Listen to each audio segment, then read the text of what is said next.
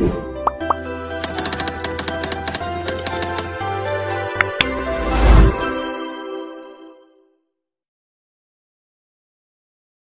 video kali ini, kita kembali belajar pada tema 9, subtema 1, muatan pelajaran, ilmu pengetahuan, alam.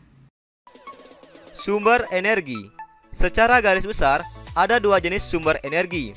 Yang pertama, sumber energi terbarukan. Yang kedua, sumber energi tidak terbarukan. Sumber energi terbarukan yaitu sumber energi yang tidak akan habis meskipun digunakan secara terus-menerus. Sedangkan sumber energi tidak terbarukan yaitu sumber energi yang akan habis jika digunakan secara terus-menerus. Sekarang, mari kita cari tahu contoh sumber energi terbarukan dan tidak terbarukan. Sumber energi terbarukan, misalnya energi air, energi angin, energi matahari, energi panas bumi, energi biomasa.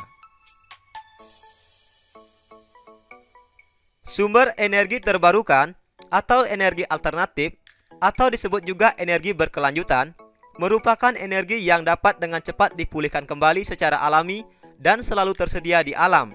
Sumber energi ini tidak akan habis meskipun digunakan secara terus-menerus.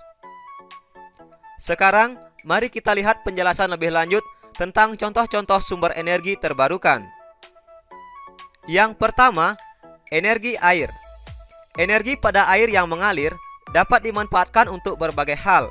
Contohnya energi air pada ombak di laut dapat dimanfaatkan untuk menghasilkan energi listrik. Generator diletakkan di dasar laut untuk mengubah energi gerak dari ombak menjadi energi listrik. Kabel-kabel yang telah ditanam di dasar laut menyalurkan energi listrik ke darat. Seperti pada gambar, salah satu contoh pemanfaatan energi air yaitu pembangkit listrik tenaga air laut. Yang kedua, sumber energi terbarukan energi angin. Energi gerak angin dimanfaatkan untuk menggerakkan kincir atau turbin pada pembangkit listrik tenaga angin.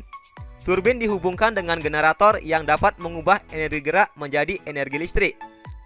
Salah satu contoh pemanfaatan energi angin yaitu pembangkit listrik tenaga angin. Yang ketiga, energi matahari. Energi surya ditangkap oleh panel surya untuk selanjutnya diubah menjadi energi listrik. Salah satu contoh pemanfaatan energi matahari yaitu panel surya, pembangkit listrik tenaga matahari.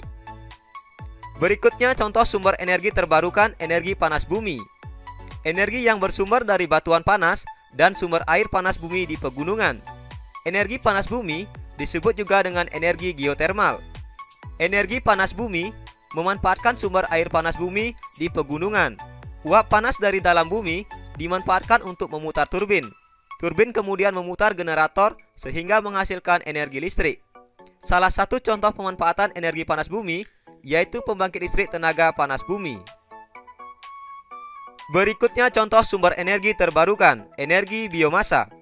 Energi biomasa merupakan energi yang dihasilkan dari bahan organik. Contoh sumber energi biomasa yaitu kotoran hewan, limbah pertanian, dan beberapa jenis tanaman seperti jagung, kedelai, jarak, dan rami. Salah satu contoh pemanfaatan energi biomasa yaitu pembangkit listrik dengan tenaga biomasa.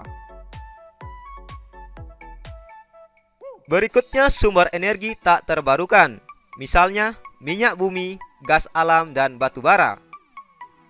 Sumber energi tak terbarukan yaitu sumber energi yang akan habis bila digunakan secara terus-menerus. Untuk itu, kita harus berhemat dalam menggunakan sumber energi tak terbarukan ini. Sekarang, mari kita lihat penjelasan lebih lanjut tentang sumber energi tak terbarukan. Yang pertama, minyak bumi. Minyak bumi adalah campuran berbagai macam senyawa hidrokarbon yang terdapat dalam lapisan batuan dan dapat diekstrak untuk keperluan bahan bakar.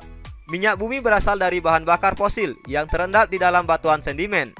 Bahan bakar fosil adalah sisa jasad renik, mikroorganisme, dan tumbuhan yang telah mati jutaan tahun yang lalu dan mengendap di kedalaman bumi. Minyak bumi dapat diolah menjadi berbagai bentuk bahan bakar dan bahan kimia. Contohnya, bensin, solar, aftur, minyak tanah, dan aspal. Berikut adalah pemanfaatan minyak bumi dalam kehidupan sehari-hari, misalnya digunakan sebagai bahan bakar kendaraan dan kegiatan industri. Contoh sumber energi tak terbarukan berikutnya, gas alam. Gas alam yang memiliki komponen dasar berupa metana ini terbentuk dari sisa-sisa makhluk hidup baik tumbuhan maupun hewan yang mengendap jauh di bawah kerak bumi jutaan tahun lalu. Salah satu contoh pemanfaatan gas alam yaitu LPG untuk menyalakan api kompor. Contoh sumber energi tak terbarukan berikutnya, batu bara. Energi batu bara merupakan bentuk energi yang alami dan datang langsung dari bumi. Batu bara adalah sumber alami dari tanaman dan kehidupan vegetatif yang telah terkubur dalam kerak bumi selama jutaan tahun yang lalu.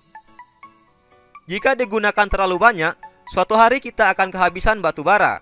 Saat ini, energi batu bara paling sering digunakan untuk produksi listrik dan berfungsi sebagai bahan bakar pokok untuk produksi baja dan semen. Menjelaskan manfaat energi matahari bagi kehidupan.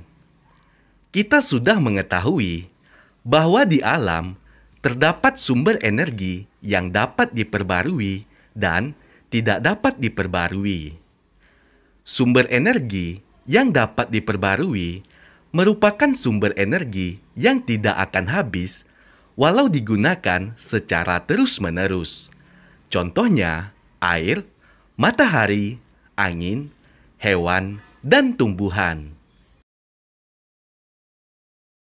Sumber energi yang tidak dapat diperbarui merupakan sumber energi yang akan habis jika digunakan terus-menerus.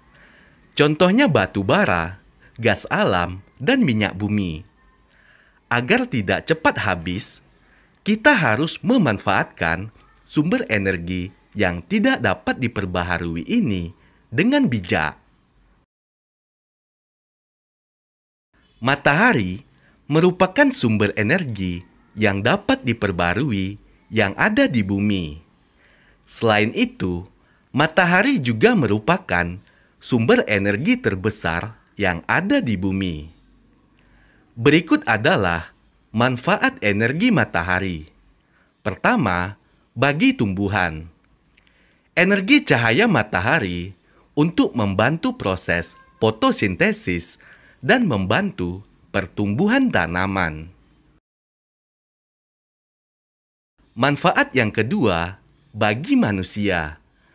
Energi cahaya matahari untuk mengeringkan pakaian. Manfaat energi matahari bagi hewan.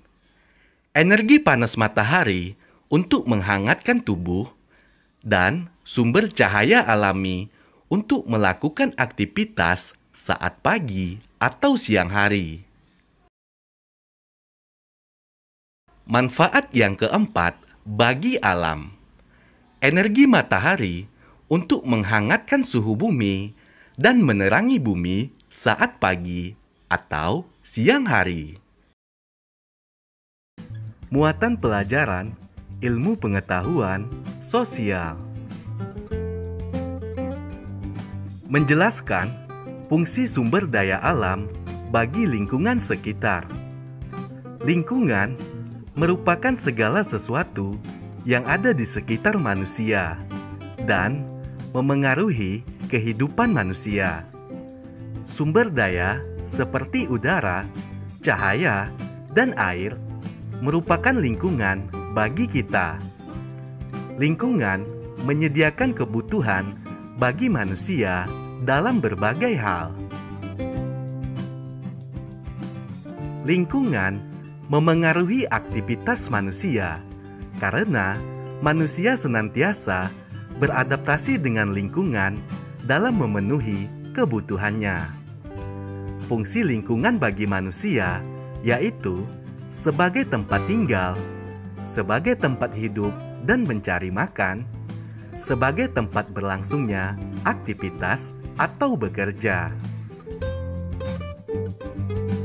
Selain bermanfaat bagi manusia, lingkungan juga bermanfaat bagi tumbuhan dan hewan. Makhluk hidup memerlukan lingkungan untuk bertahan hidup. Berdasarkan materi, lingkungan terbagi dua jenis, yaitu lingkungan biotik dan lingkungan abiotik. Lingkungan biotik adalah lingkungan yang terdiri atas makhluk hidup. Contoh komponen biotik yaitu manusia, tumbuhan, dan hewan. Lingkungan abiotik adalah lingkungan yang terdiri atas makhluk tak hidup. Contoh lingkungan abiotik yaitu tanah, air, udara, dan sinar matahari. Aktivitas manusia tergantung pada tersedianya sumber daya alam. Sumber daya alam adalah segala sesuatu yang berasal dari alam dan dimanfaatkan untuk memenuhi kebutuhan manusia.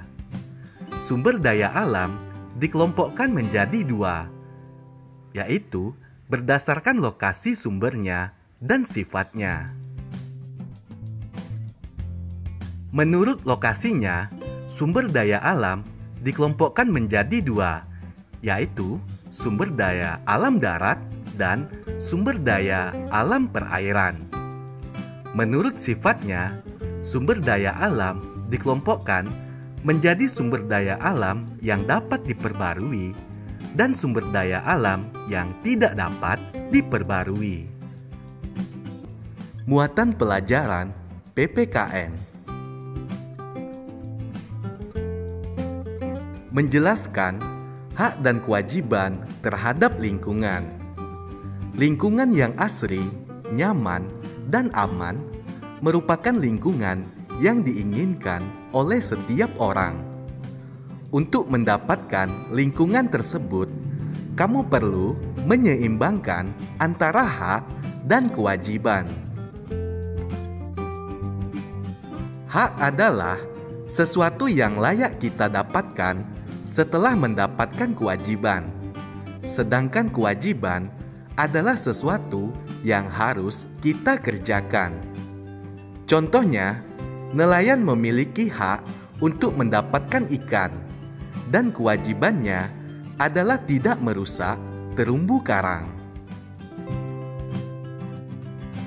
Hak terhadap lingkungan merupakan hal-hal yang harus kita peroleh dari lingkungan. Berikut ini contoh hak kita terhadap lingkungan. Yang pertama, mendapatkan akses terhadap air bersih. Kedua, memanfaatkan hasil pertanian dan perkebunan. Ketiga, menggunakan sumber daya alam sebagai penghasil energi. Keempat, terbebas dari polusi dan pencemaran lingkungan. Dan yang kelima, menikmati lingkungan yang bersih, indah, dan asri. Kewajiban terhadap lingkungan merupakan hal-hal yang harus dilaksanakan untuk lingkungan. Berikut ini contoh kewajiban terhadap lingkungan. Yang pertama, membuang sampah pada tempatnya. Kedua, menerapkan perilaku hemat energi. 3. Mengelola dengan baik limbah rumah tangga. 4. Menjaga kelestarian air, tanah, hewan, dan tumbuhan. Dan yang kelima, mengurangi penggunaan kendaraan bermotor. Berikut adalah akibat tidak melaksanakan kewajiban terhadap lingkungan. Akibat yang pertama, lingkungan menjadi tandus dan tidak segar. Terjadi kelangkaan sumber daya alam. Udara tercemar karena adanya polusi. Kesulitan beraktivitas karena kelangkaan energi. Timbulnya penyakit akibat polusi dan pencemaran. Muatan pelajaran Bahasa Indonesia. Menggali informasi melalui wawancara. Wawancara adalah kegiatan tanya jawab antara penanya dan pemberi informasi atau narasumber. Misalnya, jika ingin mengetahui kondisi lingkungan di sekitar rumahmu, kamu dapat mewawancarai ketua RT atau tetanggamu. Sebelum melakukan wawancara, kita tentukan terlebih dahulu pertanyaan yang akan diajukan. Pertanyaan harus sesuai dengan informasi yang ingin kita ketahui. Misalnya, kita ingin mencari informasi tentang manfaat lingkungan. Kita bisa menentukan pertanyaan seperti contoh berikut. Apa saja manfaat lingkungan bagi kehidupan masyarakat? Ada beberapa langkah dalam melakukan wawancara. Yang pertama, fokus kepada hal yang ingin ditanyakan. Kedua, membuat daftar pertanyaan. Ketiga, menentukan narasumber. 4. Melakukan wawancara. 5. Mencatat hal-hal penting seputar jawaban. Dan yang keenam, membuat kesimpulan hasil wawancara. Menjelaskan hal-hal yang perlu diperhatikan saat wawancara. Saat melakukan wawancara dengan seorang narasumber, kita juga perlu memperhatikan sikap. Misalnya, menggunakan bahasa yang santun, menggunakan pertanyaan singkat dan mudah dipahami, serta tidak menyela pembicaraan. Selain itu, saat kita memilih narasumber, harus sesuai dengan bidang keahlian. Jika wawancara yang dilakukan adalah tentang pemanfaatan sumber energi di bidang pertanian, maka narasumber yang dapat ditemui adalah petani. Ada beberapa kata tanya yang bisa kita gunakan untuk membuat pertanyaan wawancara. Ayo perhatikan berikut ini. Kata tanya apa digunakan untuk menanyakan benda, keadaan, atau perbuatan. Kata tanya siapa digunakan untuk menanyakan orang atau pelaku.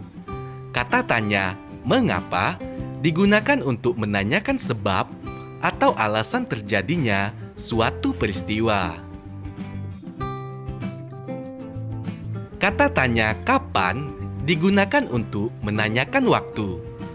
Kata tanya di mana digunakan untuk menanyakan tempat. Kata tanya bagaimana digunakan untuk menanyakan keadaan atau proses terjadinya suatu hal.